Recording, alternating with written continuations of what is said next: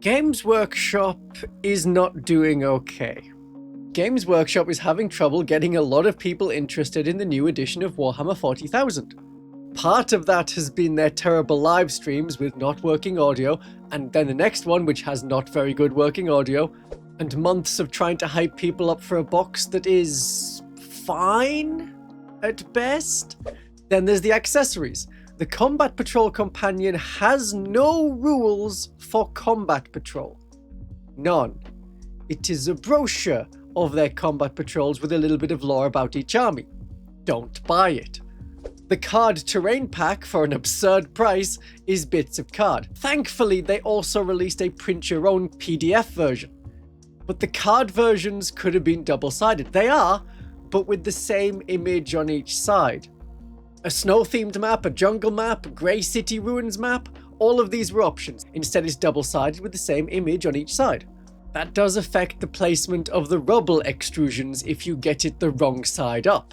On Warhammer Community, Games Workshop gave the measurements of the terrain to make your own, but that doesn't match the terrain. It's not matching the rubble bits, which for rules purposes are part of the terrain area, and the triangle does not match the shape of that area. It's triangular, but not a triangle, because triangles don't have four sides. Warhammer Community has not been doing well these last few months.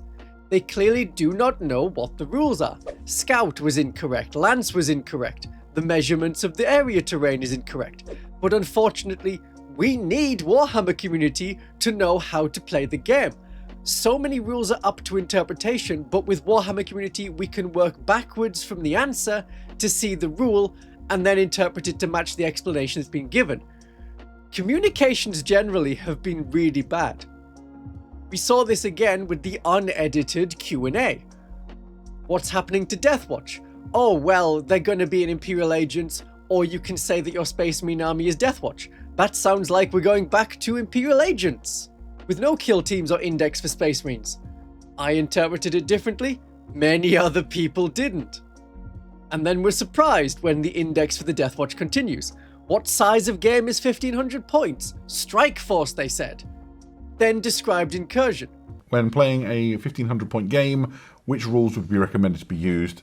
Strike Force or Incursions? So you effectively count as playing Strike Force, so 1,000 points. Up to 1,999. Up until 1,999 points until you hit the 2,000 point mark, and then you tick over into the next size of game. Effectively, that's how that would work. 1,000 points until 1,999 points? That means Incursion should have been the answer. The audio was also really bad in that video. I've boosted that up to hearable levels. But that's communication being bad from Games Workshop in another way. And so we get their latest Warhammer Community note. While we're on the subject of doubles forces, we've seen a lot of questions about whether you can use 3 detachment point detachments as your only detachment in your army at 1,000 points, a common size for double games. Our intent is to let you do so, and we are making an update to clarify that in the first update of the Muster Army rules after launch. Effectively, you can always choose to pick any one lone detachment, regardless of the mission size, even if it costs more detachment points than the game might normally allow. Is that in response to the many complaints on Instagram and Facebook, especially about Imperial Agents? Imperial Agents were given 5 detachments, all at 3 detachment points, meaning that under the rules we have been given for creating an army, you cannot play Imperial Agents at less than 2,000 points. There may not be many Imperial Agent players, but other factions are in a precarious position, much like Imperial Agents. Deathwatch were removed from Space Marines and then brought back as the same index as before, pretty much. Custodes as a range exists mostly within another game system. And Grey Knights, well, I can see why they asked in the Q&A why Grey Knights were not mentioned alongside Space Marines. They're nervous. All the mean comments about Imperial Agents could be applied to Grey Knights. Oh, the writing is on the wall, they are done as a faction. No rules for their hammers, no range update in 5 editions. The most recent image for their faction showed models on 25mm bases. Functionally, the army is 3 boxes. Terminators, the Strike Squad box, and the Knight thing. If Imperial Agents were to go as a faction, what is to stop Harlequins or Yunari or Votan getting squeezed out? You never know how many factions away from being the least played faction you are. So there was a lot of support for Imperial Agents players. Maybe they have a small player base, maybe only one person at the club plays them, but they have 20 friends at that club who will comment at Games Workshop about Imperial Agents not being playable. But communication issues. The Warhammer community note is not clear on what it does. Is this a patch change that will be coming to doubles events only? Is it for general 40k? I could read it as an Imperial Agents player as, we are sorry we did a stupid thing, here is the fix, it will come in the first patch of 11th edition to change the army construction rules from what we previously published. Games Workshop releases rules and patches later. Now I may not have been correct in my interpretation, it is a patch of sorts and not part of the planned rules release. The influencers on Games Workshop's list who get sent things in advance were not aware of this patch and have been saying for the past week, no 3 detachment point detachments in 1000 point games. Same as anyone else who's been given the rules through Warhammer community. Maybe you can interpret this as great customer support from feedback. Something wasn't the way the players want, so they changed it. But all of us could see right away that 3 detachment points is a problem if you play under Games Workshop rules at 1000 points. The comment of the community should police itself? Yes, but there's a problem with that. I have asked my opponent before, hey, can I take this Frag Cannon Blood Angels Dreadnought in my Deathwatch army? And they said, yeah, that sounds cool. And fun was had. If I say, hey, can I use this 3 detachment point detachment in our 1000 point game? My opponent doesn't know why there's a Games Workshop rule preventing this. Is it balance?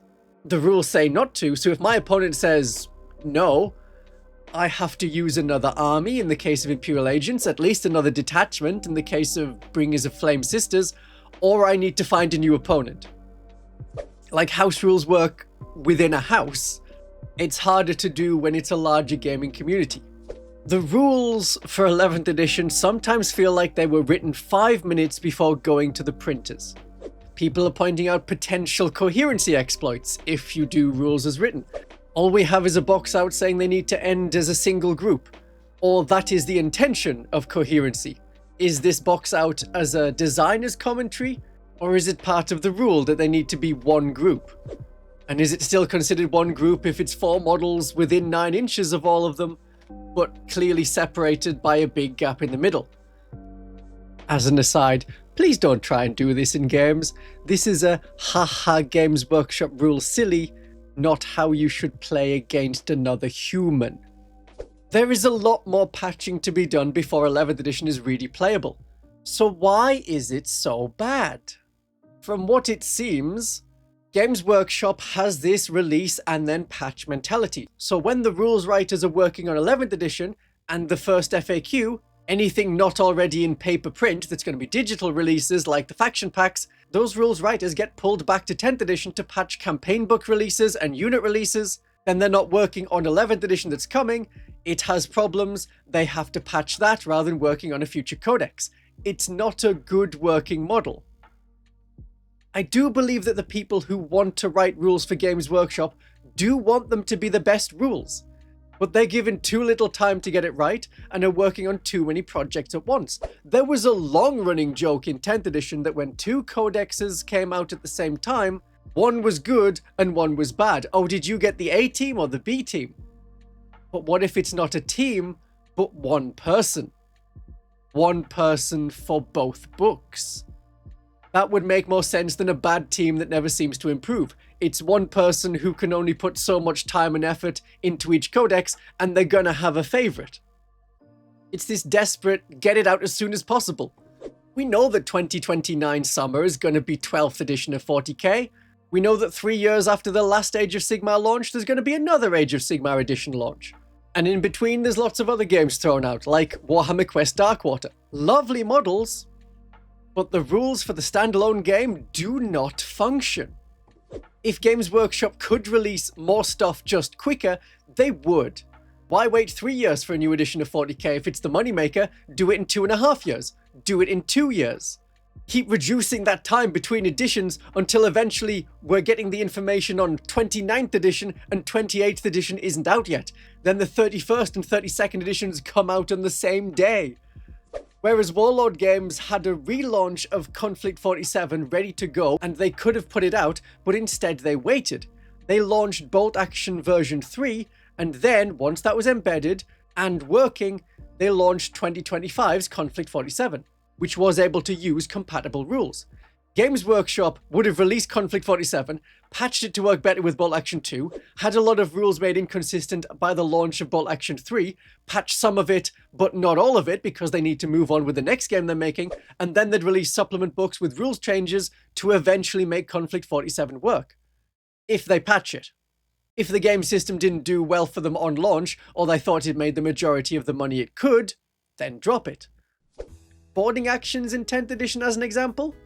The book came out, it copied and pasted a lot of missions. I think most of the missions from 9th edition. It had army lists missing units. Under the rules, some units couldn't be used in the Eldar faction, and the rules writers didn't seem to be aware that at that time Deathwatch was Imperial agents instead of Space Marines. And then Boarding Actions had an update in 500 Worlds, which was seemingly a good set of rules to make Boarding Actions work now, just before the edition changes and a lot of the rules are made invalid. Warlord Games released Conflict 47 in 2025 with a minor FAQ and as campaign books with lore and co-releases of free sub-factions, like a Firefly-only platoon or a zombie platoon. So it can be done better. Despite all this, or because of it, Games Workshop continues to make a lot of money. So Games Workshop will keep on with what is apparently working. But if it doesn't work, if the wheels finally come off and they fail to make money on a big release, it will be sudden and dramatic and apparently come out of nowhere. This sounds terrible. Why is it good for us? There is a big positive takeaway from all this, and really that's what I'm trying to make this video about. Not just, Games Workshop is not doing good as a games company. The positive is that 11th edition will be playable soon enough. And when it is, probably better than 10th edition. Minus, Crusade. But it is at least compatible with Crusade. In the meantime, yes, play Conflict 47 and one-page rules. There, I've mentioned one-page rules. And maybe StarCraft is great. Paint models in anticipation of playing. Golden Maple has a new miniature toolkit, clippers, a knife with loads of blades, really useful tweezers, that's a tool you forget you need, and there are sanding sponges if you want to get into sanding your models. They also do great paintbrushes. It's there if you want it, and if you want it, I have a 20% off discount code. There's a link to Golden Maple in the description. Use the discount code Vtuber to apply the discount. Grey Knights will be fine. They may get a new kit. I kind of hope they don't. The Grey Knight Strike Squad comes from that golden period of peak multi-part, multi-pose models from the mid-2010s, like the Genestealer Cult Acolytes, the Tactical Squad, and the Deathwatch Veterans that have a lot of weapon options, and you can make many different units from them. Hopefully their new kit isn't like the Aquila Kill Team with one set of each weapon and fixed poses. So a new kit is mixed blessings. I know that Grey Knight players really want the same box, but bigger legs and torsos. The good news is that because Games Workshop has this release rules and then patch it idea, we can control it. If Games Workshop's rules are dependent on community feedback, it gives us a lot of power over the rules. We can influence the way tournaments are run, where legends are used. That is for us to decide more than Games Workshop. If Games Workshop provided a robust rule set and we didn't like a part of it, it's not going to change under community feedback, if the rules are considered perfectly workable. But with this hodgepodge of rules, good words, hodgepodge, we can picket it and bother Games Workshop till they change aspects of it, and then those become the official rules that everyone uses. If we can coordinate, then it works. This 3 detachment points for 1000 points, even if it's meant to be for doubles only, it's gonna get used in 1000 point games everywhere. Removing the ability of an army to play is not considered okay. The community will get behind that, but not many people are going to request a new Imperial Agents army rule or a Harlequin's Codex if they don't play those factions. Sadly, we operate on outrage and memes. Or had you missed that Armageddon Steel Legion are returning in some form as models? Games Workshop has to be susceptible to our fancies because they don't give anyone internally the time to figure out what is good. Whole army rules can be overturned, whole sub-factions returned. If they don't follow our whims, then they lose control of the game, as seemingly has happened to Old World. The Renegade Legacy Pack is one example of community support that makes the rules work, and legacy armies that are no longer sold by Games Workshop get supported with rules. Even above Games Workshop's own FAQ. And tournament events continue to allow legacy rules for Warhammer Old World factions, even though Games Workshop does not seem to allow them at their own events. So those official events are attended by fewer and fewer people, because they can use their legacy army elsewhere outside of Games Workshop's tournaments. Don't underestimate the amount of power we have over these game rules. We can decide what happens, and we can have a great day of 40k.